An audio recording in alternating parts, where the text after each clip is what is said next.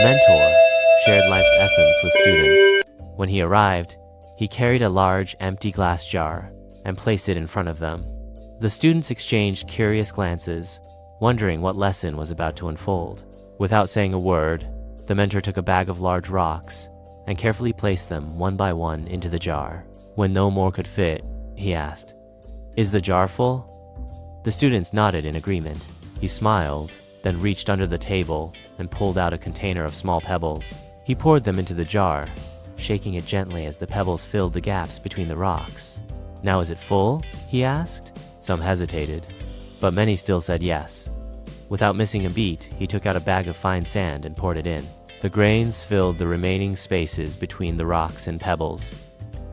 "And now?" he asked again. The students, catching on, laughed and responded, "Probably not."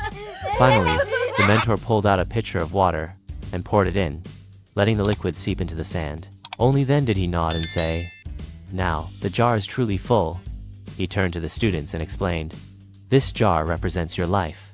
The large rocks are the most important things: your family, your health, your passions. The pebbles are important, but secondary: your career, your home, your possessions. The sand represents the smaller, everyday details, and the water symbolizes the unexpected joys and connections." He continued, "If you fill your life with sand and pebbles first, there will be no room for the rocks, the things that truly matter. But if you prioritize the big things first, everything else will naturally find its place." A student raised their hand and asked, "And what does the water mean?" The mentor chuckled and said, "The water represents life's simple joys: the conversations over coffee, the spontaneous laughter, the moments of stillness. No matter how busy life gets, there's always room for these." He paused, then added, "Your life is finite, just like this jar. Fill it wisely.